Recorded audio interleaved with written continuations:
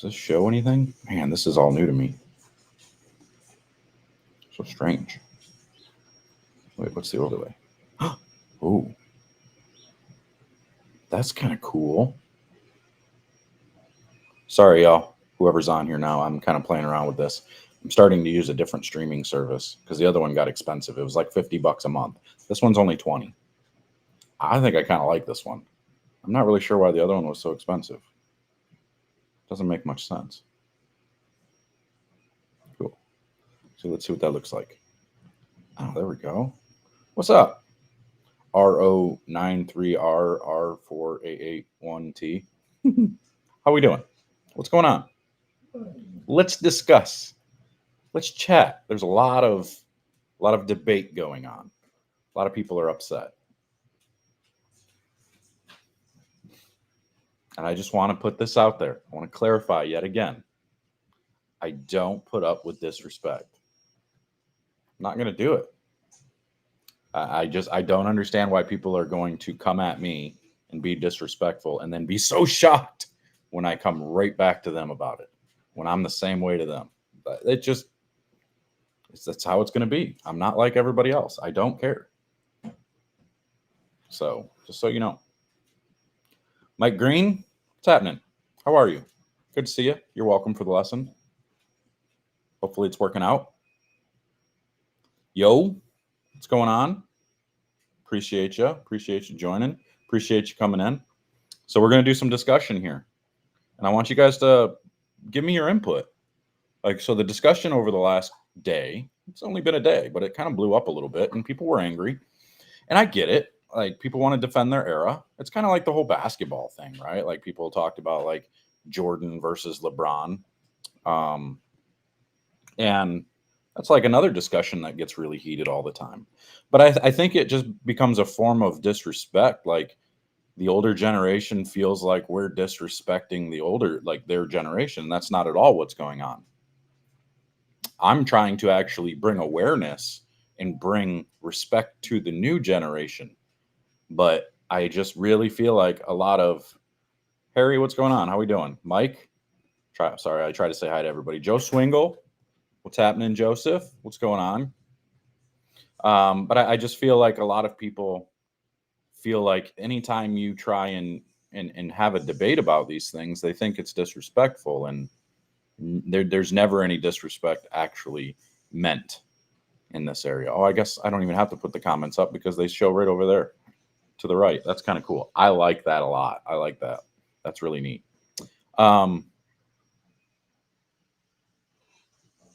But so there's a few older guys that came right at me, and they started calling names and then trying to disparage me based on my, inability to win on tour or whatever you want to call it. And they didn't like when I came back at them. And so it is what it is. Like, I'm never going to be the guy that just gives in and is like, you're right. No disrespect. Like, no, that's like the whole thing. Like, the older generation demands respect, but they think they're entitled to it. They think they don't need to give respect to anybody younger than them. And one of the most annoying type of person in the world is somebody who's older, who thinks just because they're older, they know more. And that's just not the case in every subject. You have more experience in some cases. That doesn't mean you know more, especially when the times have changed and the game has changed. But anyway, so the argument was, let's clarify what the argument actually was, because I don't think a lot of people even understood what the debate was. There was a conversation going on that had nothing to do with this at first. And this guy just started being disrespectful and coming at me, typical older guy, just like some of these other guys.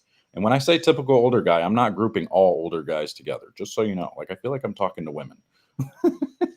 Like, I'm saying these guys who get angry, these guys that are bitter and they're just upset, like that these are the typical older guy I'm talking about, the entitled older generation that thinks everybody owes them something because they've been on this planet for longer.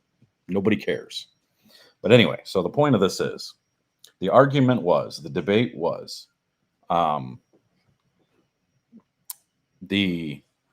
this guy was talking about my comments about how crosses are important, how in today's game, your cross is just as important as how accurate you are or the ball you choose. Who you follow is just as, or if not more important than any of those other variables. And his argument was great bowlers don't make excuses. Okay, sure, maybe not out loud, but when you get those guys in groups and you get talking to them, they make those same complaints. One of the most complained about things in bowling at that level is the crosses. Who you follow determines an awful lot. And the argument was, well, Earl Anthony would, it didn't matter. He would make it, he would make it work no matter what. They tried to shut him out and he still won, which kind of true. Back in those days, from what I heard, they were taking oil soaked basketballs and trying to bounce them in areas to make it more difficult for him. And again, that's just speculation. That's just what I was told and heard. I'm not sure. But they apparently weren't able to do it all the time. Sometimes it worked, sometimes it didn't. And so he said if Earl was bowling today with the bowling balls that they had, his game, because he's more accurate, supposedly, and was better at adjusting, he would dominate the tour today. And I said, hold up. You mean his physical game, the way he throws it and everything, if you input him into today's game, you think he would dominate the tour? And he said, yes. So that's where the argument started. So now you got a lot of people trying to spin it. And they're saying, well, yeah, of course, if you put him in this era, if he grew up in this era, he would have adjusted. He wouldn't have the 250 rev rate that he had, and he would be doing things different. Yeah, I understand that. I completely agree with that. If you take those older bowlers and you had them grow up in this era instead, they would have adapted and they would have grown to be higher rev players just like the rest of the kids are today. I 100% agree with that, because those guys, it's the drive, it's the bowl, like they just became great bowlers because they are who they are. It has their era is what caused them to do the way they did them. Like you're a product of your environment. So because the lanes, the way they were oiled, the way the bowling balls were, it required the lanes to be played in those specific ways, right? So a lot of the times that's why you'll hear people say, well, a lot of the high rev guys were kind of shut out back then. Kind of true, because a lot of the patterns, the way they were oiled, actually forced you to almost knuckle it or almost use higher speed and make sure to keep it in line from a straighter angle. Because again, like think of bowling ball technology. Bowling ball technology back then, it was very difficult to move too far left. Now, granted, as the days went on, you got into the 90s, like late the 80s and the 90s, guys were able to get these bowling balls to make bigger, sharper corners and to be able to do more things with them. But back in the plastic urethane days, you're limited to what you have.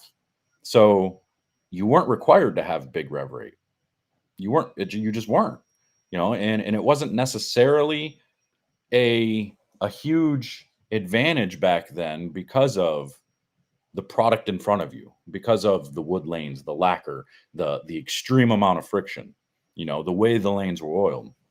A lot of those guys, you're given what you're given and you become a product of that environment. And that's exactly what's going on today. This is why the kids of today have the higher rev rate. So here's my thing. There's no taking away from what those guys did in their era. It was great. It was awesome. It was fun to watch. But today is a new day. So that argument it's a dumb argument, because clearly anybody with a logical brain can say, okay, if you have a lower rev rate and you really were only capable of playing straighter, you're probably not going to do well on today's tour. That's just a fact. I mean, you could have some success. You maybe be able to pop off a win or something, but are you going to dominate like that guy said he would? Like he said Earl would? No. Would Earl do well? You give that guy, a season to figure it out with the new technology and stuff. I have no doubt that he would have figured out how to do something. Like from everything I heard, he was a craftsman. Like that guy, kind of like Duke, but better. Like he was leading tournaments by hundreds of pins back when scores were, not easy to get. And scores aren't easy to get on tour today, but these guys are, that's my whole point, is these guys are just that good and they don't get the credit they deserve. Like EJ and Belmo and Simo and Troop, and the list goes on today. You know, Greg Thompson Jr. earlier said, he made a comment that was great, an awesome comment. He said, "Could you imagine Earl or Walter with 500 RPM?" I can actually imagine that. We have 12 of those today.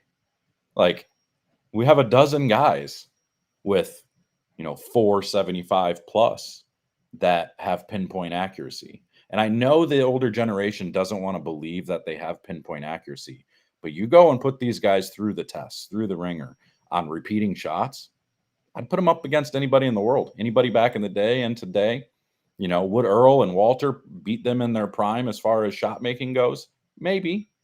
you know, Common sense probably says yeah, because they were better at keeping straighter angles, but you got to keep in mind that the angles and the way that the lanes are played today, being that accurate in repeating shots across the entire lane is way more difficult than it looks.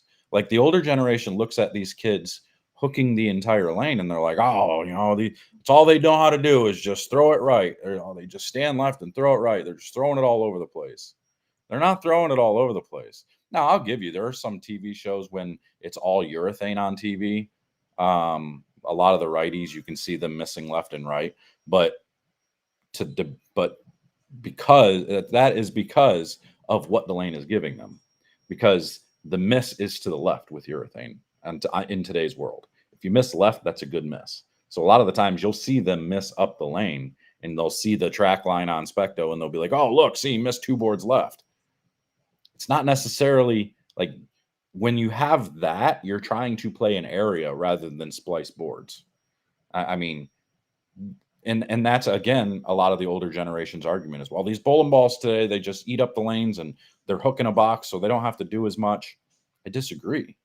I think you actually have to have more touch and finesse today in today's game, because of the amount of transition, because of the amount of rev rate, because of the way everybody plays the lanes differently. Back when there was just urethane and plastic, or whatever you want to call it, everybody played the lanes very, very, very similar, right? It was real close. Go watch the senior tour. A lot of those guys, they break down the lanes very, very similar. Pretty much all of them are playing straighter.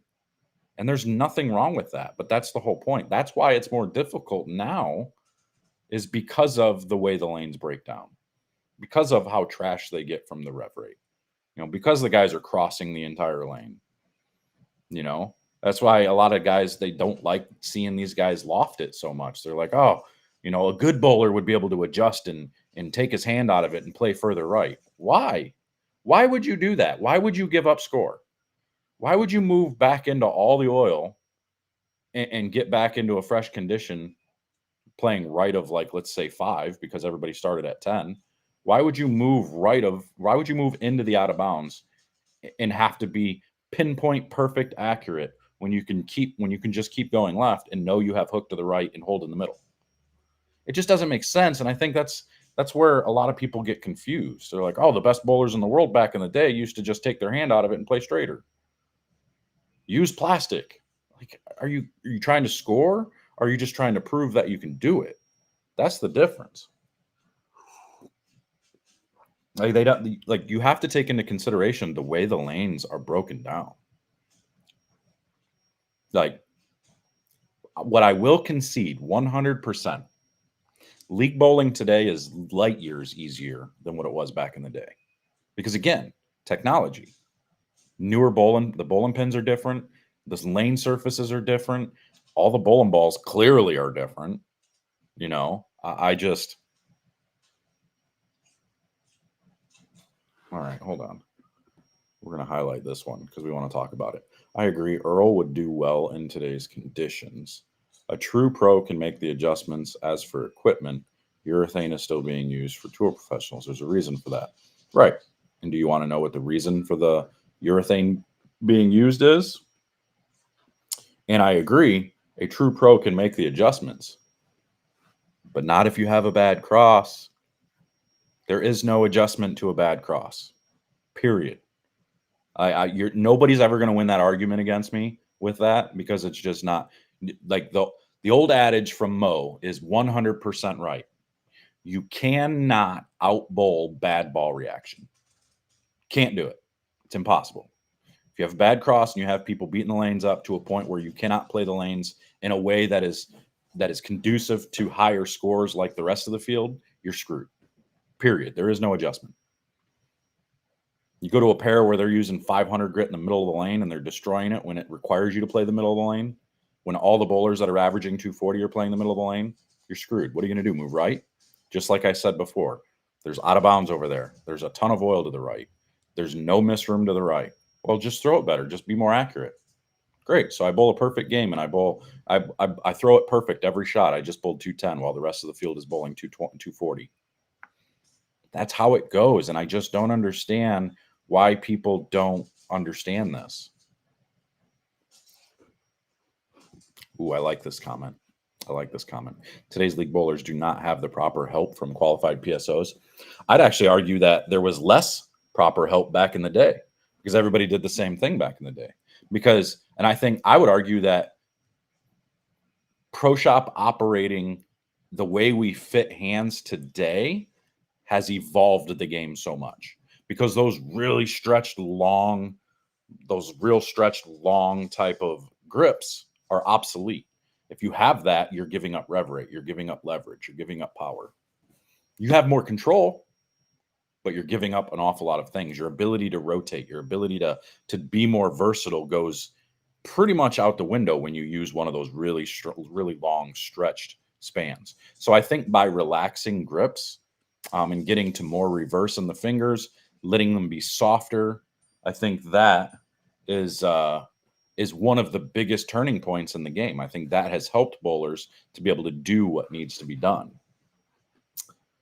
Quick question about league and rec bowling oil patterns. What patterns are best? Currently bowling on the Easy Street 18 mil oil volume and an Easy Street version 2 that has 23. I mean, I can't tell you what's best. I mean, I don't think there's a best league or recreation pattern, I mean, but that right there, that goes to show you also, like you're talking about 18 and 20, 23 mils in these league patterns, while you're bowling on tour patterns that are 1-to-1 or 2-to-1 flatter type patterns. And that's, for those that don't know, that's the ratio on the lane. So basically oil all the way across the lane is what that means. So if it's like 8-to-1, that means there's more oil in the middle than there is to the outside. There's 8 units in the middle opposed to the 1 unit to the outside. If it's 2-to-1, it's the opposite. It's basically flat across. So with the mills, with those patterns that have, like the PBA patterns have 30, some of them are 34, 35 mil patterns compared to your league patterns that are 18, 19, 20 mil. Some use higher volume patterns, but that is just built-in friction. And that's another one of the arguments that they talked about with the patterns back in the day. They say, well, they would 210 all day back in the day because you couldn't get the ball to hook. Well, that again, that's kind of the whole point, right? Is these two-handers today, EJ, some of the one-handers that have high rev rates, they're really good at playing straight with high rev rate and throwing it harder.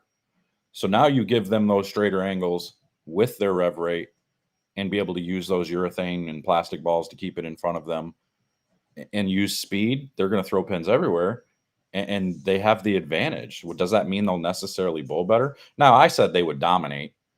I'll back that. I'll back up a little bit on that. I'll backpedal just a pinch and say maybe they wouldn't dominate, but I still think the higher rev rate guys would do better, depending on how they oil the lanes again. Again, that's the biggest question. Because you can change the volumes, you can change where the oil is put down.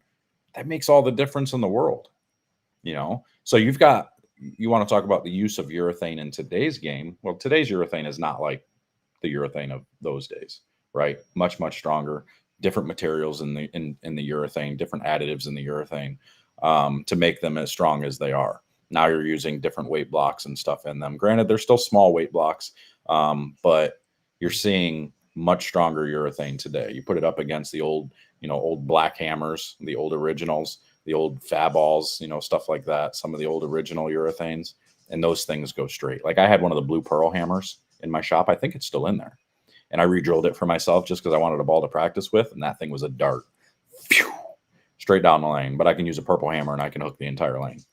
Right. So the urethanes have just gotten different. So the reason these guys use urethane is because of exactly what we just talked about: the amount of volume on the lanes, the flatness across the lanes. What's the best thing to do? When the lanes are tough, what do you want to do? You want to keep the ball in front of you. You want to keep those angles straighter.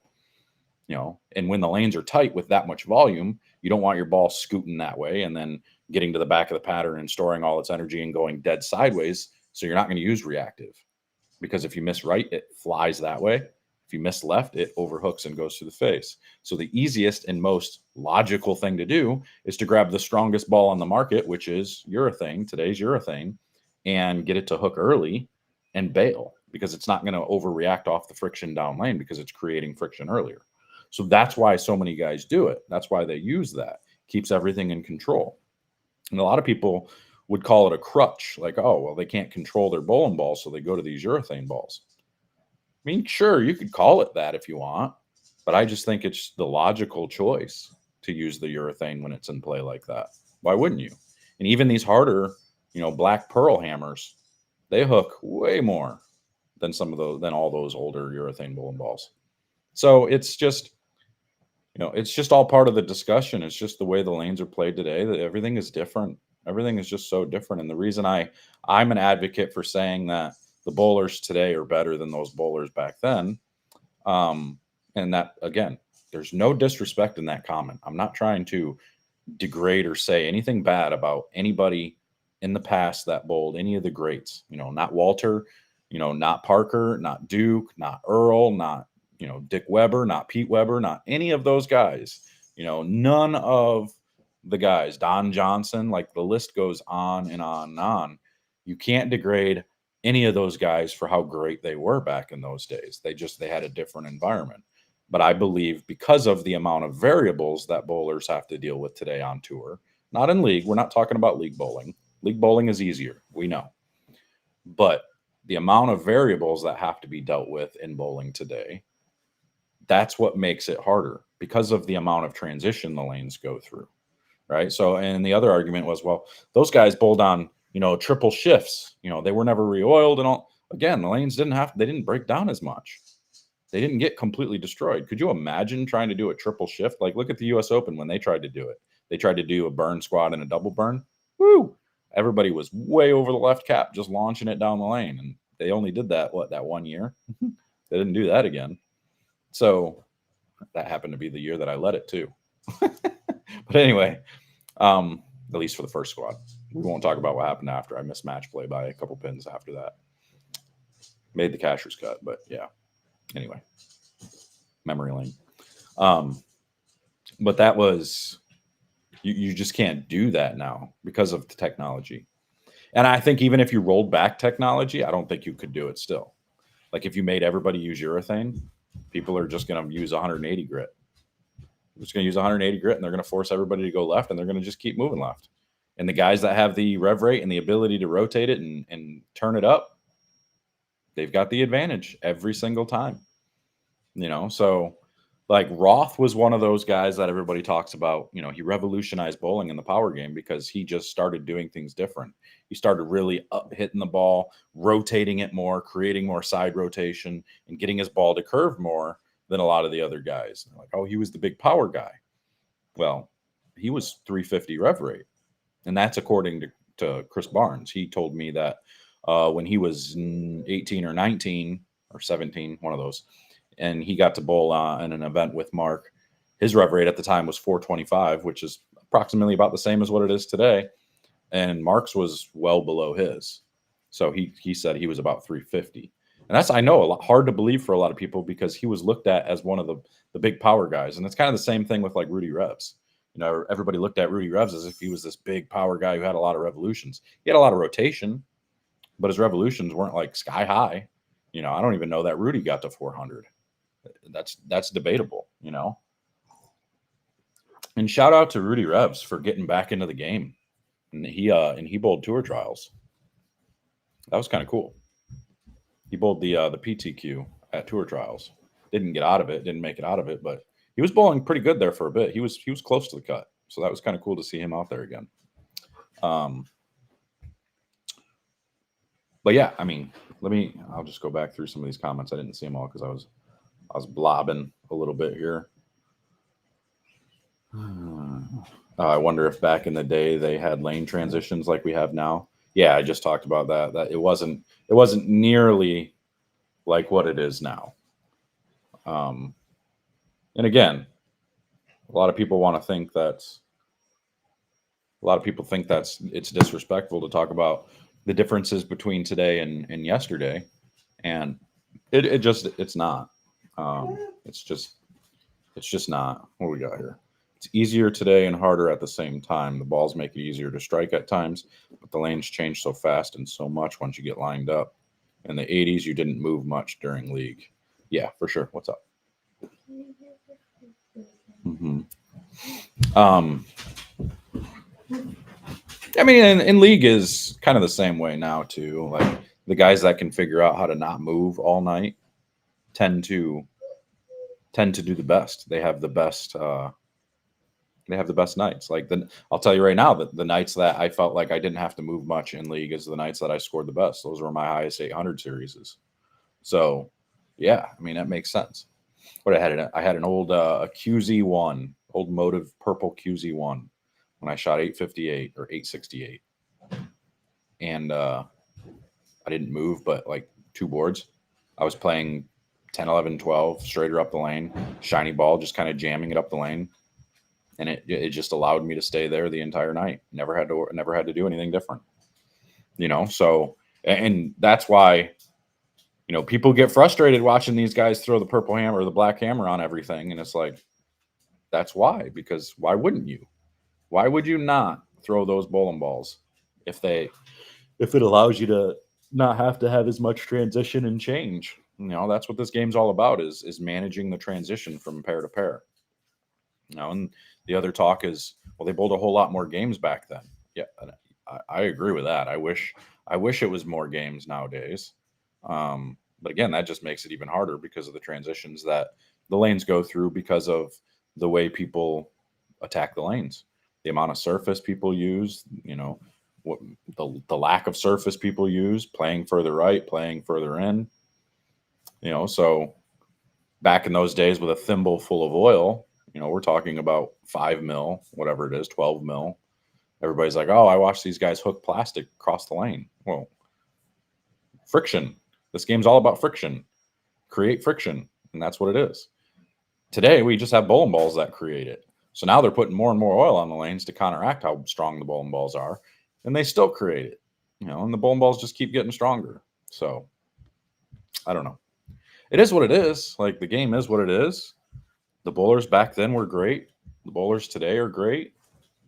For me personally, I wish the older generation would show respect to the new styles, to the new bowlers of today, and just understand how dang good they are. They demand respect for the bowlers of yesteryear. No problem. I respect them. I think they were great. It was fun watching them. They revolutionized the game. But I also, in my opinion, I think a lot of those bad attitude bowlers from the older generation are what's causing a lot of problems today because they refuse to move forward and understand how good these bowlers are. It's just nonstop bad mouthing. It's just nonstop talking about how, oh, all these kids just throw it all over the lane. The only reason they're upset is because they can't do it. Like if you could throw it all over the lane and still strike, you'd do it too. Well, all they're doing is just taking their thumb out, and now they're creating all these revs, and that just makes it such an advantage for them. Exactly. Why wouldn't they do it? Walter tried it. Walter took his thumb out. He tried going two-handed. He even bowled 300 shooting with two-handed. He'd even do it in PBA events when he felt it was necessary and had a little bit of success doing it.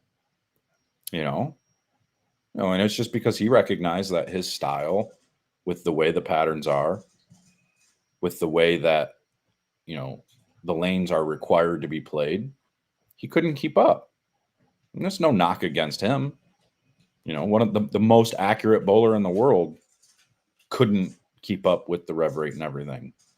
And the old generation just says, well, you just need to be able to make adjustments. You think Walter wasn't making adjustments? You think Parker wasn't making adjustments? Granted, they got older, right? They got into their 40s and 50s, and that's when their success started coming down. But coincidentally, that was at the same time when the power game was really coming through. And the lane started really transitioning and changing. Now, I'll bet my bottom dollar. You take the patterns back to where you could play right a 5, and it required like let's say they were blocked to the point where they were just dead hook in the middle, but they were easy to the right. Like there was a little bit of hold at like 4-5,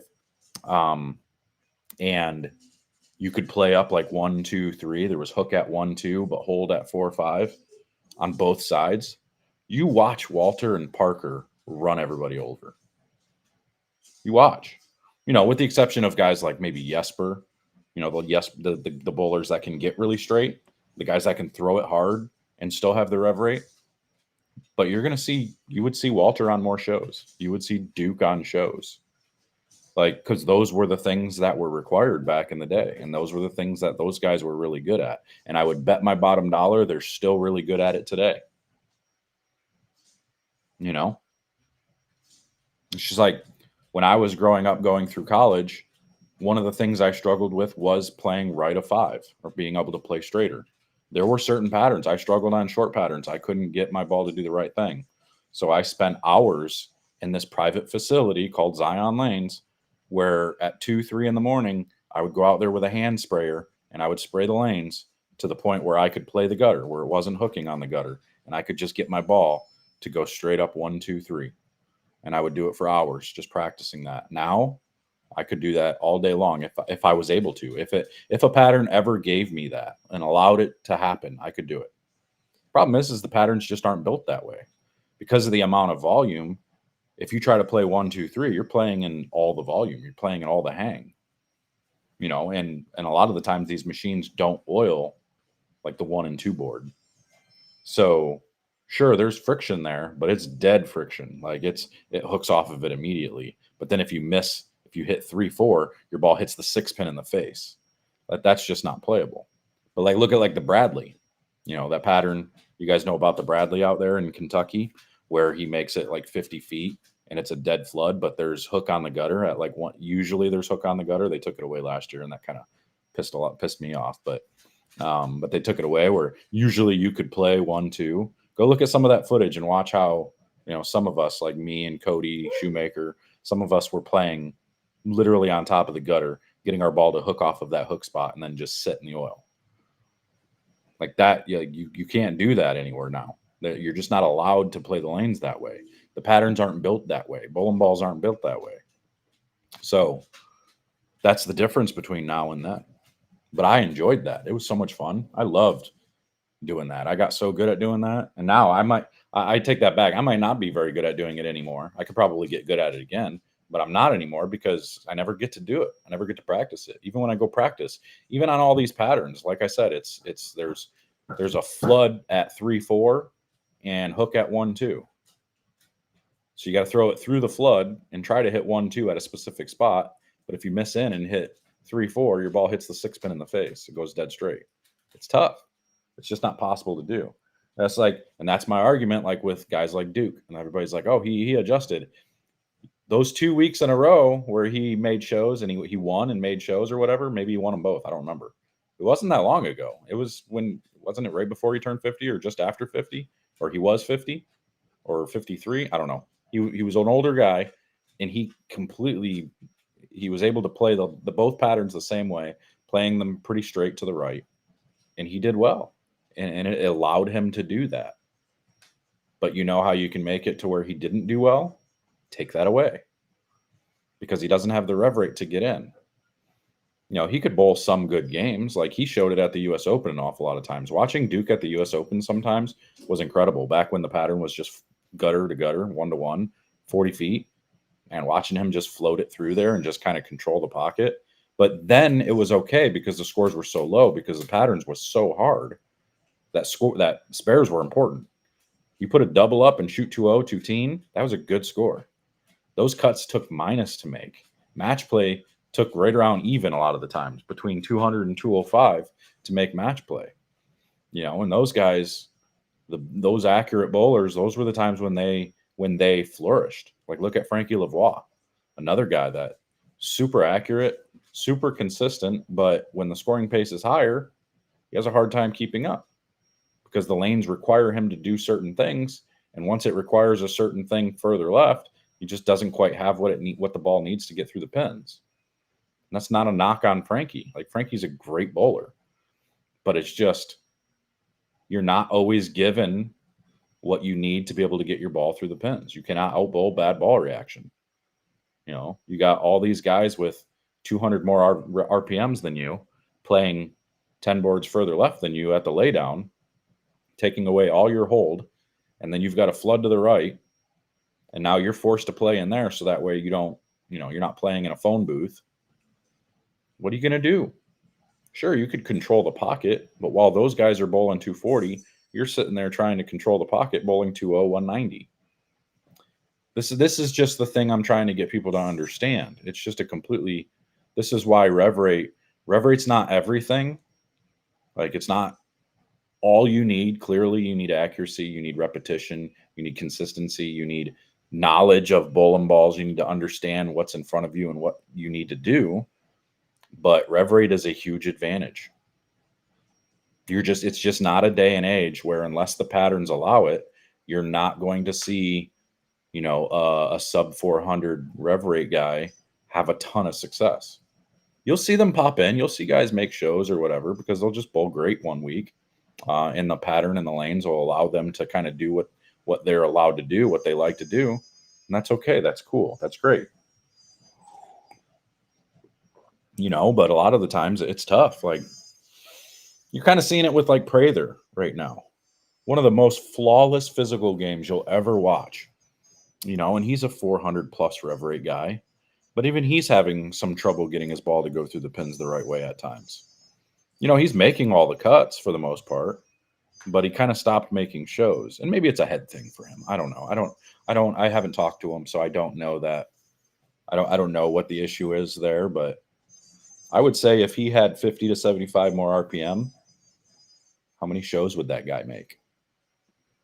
He's so soft. He's so good with it at the bottom. He can do anything he wants to a bowling ball. He's another guy that I would put up against Earl and Anthony and Walter when it comes to accuracy and repetition any day of the week. There's some guys out there that I would say, we've got the modern day Walter and Earl in the field with the higher rev rate, but because of the way the lanes change so much, and I'm not trying to bring up the lefty thing, but it's true. There just wasn't a ton of lefties back then, right? That he had to cross behind, right? So he didn't see much transition. If he got lined up, he was fairly lined up, and his adjustments were minor, super small adjustments. You're just talking about speed adjustments, little hand rotation adjustments. It's not, okay, now this part of the lane is beat up. Now I got to move 30 to the right. You know what I'm saying? So, I love these discussions. Everybody kind of stopped commenting though, but I love these discussions. I love talking about these things. What I don't like are disrespectful people that get in the comments and start, like the guy that's like, oh, why does anybody even listen to this so-called expert? When did I ever claim to be an expert? So you're basically saying that people regard me as an expert? Thanks for that. Appreciate that. But I'll never claim to be an expert. But I'll just always speak and teach everything I've learned over the years. And I'll continue to learn, and I'll continue to adapt, and I'll continue to do these things while I'm coaching and teaching. I'm not here to be the most liked person. Clearly, I could care less if people like me. But I do care if people show respect and people have courtesy for the game today. I do care if people learn. I'm that teacher that not everybody likes, but I'm that teacher that'll have the impact. Right? That's the way I see it. Bowling is It's a fun sport, and I think we all need to get on the same page. It's just like with Ron Hicklin. I saw his post the other day. A guy went out of his way to send an email and say, "Oh, I wouldn't sponsor him, or I wouldn't, have that product. He's just a snake salesman, this and that." And it's like, why are you going out of your way for a guy that's trying? Like, sure, he's trying to make a buck. So what? Everybody's out here trying to make money. Everybody's trying to make money. In today's economy and everything that's going on, everybody wants to make money. So why are you going to disparage him and try to say he's a snake salesman? He makes different products. He's trying to give you different options. He's trying to give you things to make your game better. He's trying to show you what these products do. Does he embellish on some things? Maybe, but I can't say he does or doesn't. It's amazing to me that people will go out of their way, like the cancel culture thing. Like, I had a guy that came on my Facebook earlier that was like, "I can't believe how disrespectful you are," after I had somebody make a disrespectful comment to me. So I just came right back at them. Like, you're not going to make a disrespectful comment to me and then not expect me to respond to it. And then have a guy that comes on and be like, everybody should just unfollow you. You're so disrespectful. What? Like, go ahead. So you know where the unfollow button is. You don't like it? You don't have to announce your departure. Just depart. Like, again, I'm not going to put up with disrespect. But if you think I'm going to just bow down to people because they don't like my opinion or they don't like what I say, it's not going to happen. It's not going to happen. And I think more people need to be like that. I think the reason why these people are so entitled is because they have people that back down, because they can do that. They think they can treat people like that. And because other people back down, they're entitled to thinking that everybody should. They think they can just cancel somebody. They think they can go to sponsors and get people kicked off sponsors and everything else just because they don't like what you say. Look at all these kids running around now, going into these stores, demanding stuff and being disrespectful. And as soon as the employee looks at that kid and tells him he's a little bleep hole, now all of a sudden he's going, "Oh, you can't talk to me that way. I demand to see your manager." And they're trying to get him fired. And of course, the manager gives in to the mob and then fires the kid for standing up for himself. No, if I'm that kid's boss, I'm telling that person to get the hell out of my store. I don't want your money. I don't need you coming in here disrespecting my employees and then expecting to get free stuff out of it. That's all it is. I'm an old school guy. Sorry. And that's what's so weird. You get all these old school people.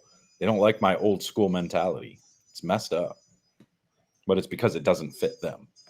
But whatever. Is what it is.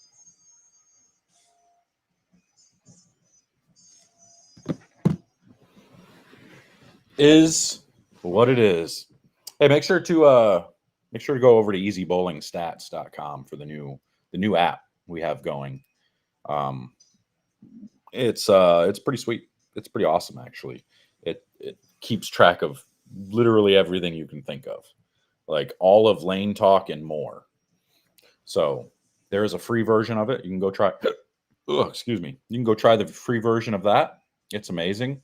And there's a premium version that has AI introduced. If you didn't know, you can use AI, and it's a ball rep. It will give you idea. It learns from you as you input all your data, and as you keep bowling and inputting everything, the AI learns from your game, and eventually will be able to tell you specific types of moves that have either worked or didn't work in the past, and it will tell you in scenarios what you need to do. So it'll be your ball rep. Whether it needs to be a ball change, whether it needs to be a small move, whatever it is, as long as you're inputting data, it will learn from you. It's the only app on the market that does this. So it's well worth it. I think, I don't know what it is now. I don't know if they changed the pricing. It was like $9.99 a month. And I think he was trying to go to like a yearly thing as an option as well. So it would be a little cheaper. But go check it out. Go over to easybowlingstats.com and check it out. And maybe let me know what it is now, because I haven't been on there in a while. I haven't bowled an event in a month now since tour trials. So I haven't had the opportunity to use the app anymore. But I don't know what I'm going to be bowling. I think I'm going to start bowling more local stuff. A lot more of Brian Regan's stuff around here, the scratchbowling.com. For those of you that are in Ohio, Indiana, Michigan, he runs scratchbowling.com. And he's a good guy that, runs a lot of tournaments and gives us opportunities to have things to bowl. And it's fun. And he makes them tough. For the most part, I think he's kind of softened up the patterns just a little bit. And a lot of the centers, that's the other issue, is a lot of the centers now, the lane surfaces are getting older. So there's built-in friction. So a lot of the times, even when you make the patterns flatter, that built-in friction it tells you there's a zone you have to play. And so that part of the lane really gets beat up a lot faster, which makes the pattern easier over time. So the scores get a little bit higher because of that. Let me, I don't know how many more of the affordable quarter scales I have left. I have 5 left in stock of the 50. So I had 50 of those quarter scales that I was selling, by the way. And I only have 5 left. Those are going to be going out here in the next couple of weeks. So if you want your own quarter scale, it will come with a wax pencil, so you can do your own layouts and stuff. They're only $34.99. I tried to make something more affordable, about a third of the cost of what the other Pro Secs on the market are. So head over to 10pindoctors.com and get that if you want to get one of those last 5. I'll do another batch here eventually. Once I get these first 50 out, I'll probably do another batch. I might do a different color like red and green, do some festive holiday colors and stuff like that for people. I know somebody said they'd buy one if there was a red one, so I'll make some red ones. I think that would be really cool. And I've got some other training devices that are coming out as well that are going to make bowlers just a lot better. Give you some visualization tools, some things that you can put on the lanes to be able to see your targeting, to get better at targeting. So you can become that great accurate player like Earl Anthony and Walter Ray and your EJ Tackett's and Belmos and Simos and Troop and all those players of the world. You get to be the most accurate player with these tools and stuff. So if you guys have ideas of something you'd like to see as far as tools that you would want made, things that would be a helpful, useful idea in bowling, let me know. And I'll see if I can't develop something. I'll see if I can't make something to make you better bowlers. But anyway, so I got all that out there. No disrespect to the older generation, because they paved the way. We love it. Absolutely love it. They were great bowlers in their time. And the argument is, if they grew up in this time, they would be great bowlers here too. They would adapt. I understand that. But the original argument was the older bowlers being inputted into tour today with their style that they have now, they would dominate. That's just not true. So hopefully that clarifies everything. Hopefully everybody understands the discussion now and stops being meanie faces so much. Stop getting mad at me just because I stand up for myself. Y'all should support people that stand up for themselves. And I always say it, like, for every 1 follower I lose because they're mad at me for not just giving into the mob, I gain 10. It is what it is. I think more people are starting to understand and respect those who actually speak their mind and actually tell it like it is, rather than try to sugarcoat and be a literal snake salesman. Like, stop trying to sell people on a false hope. I'm not going to sit here and try to give these people hope that, oh, you have a 200 rev rate. That's okay. You can go be successful on tour. No, you can't. You just can't. I'm sorry. You would have to modify. You have to make changes. You got to do some different things. I'm not saying you shouldn't go bowl tour. If you want to go do it for the experience and stuff, go ahead. Have fun. Go at it. But don't expect to have success. That's my point. It's been 50 minutes. I'm going to roll out of here, get ready for the football games and stuff. So I appreciate everybody watching. I appreciate everybody tuning in. Make sure to head over to easybowlingstats.com and 10pin bowling or 10pindoctors.com and get signed up for the membership and everything there. Hey, head over to bowlerx.com too. The memberships are a good way to get discounts to all your bowling needs over there. So head over to bowlerx.com, sign up for the memberships. There are no discount codes anymore. It is only memberships now. So the membership that you purchase is what gets you your discounts into bowlerx.com. So make sure to head over there and get signed up. But until next time, I'll see you guys later.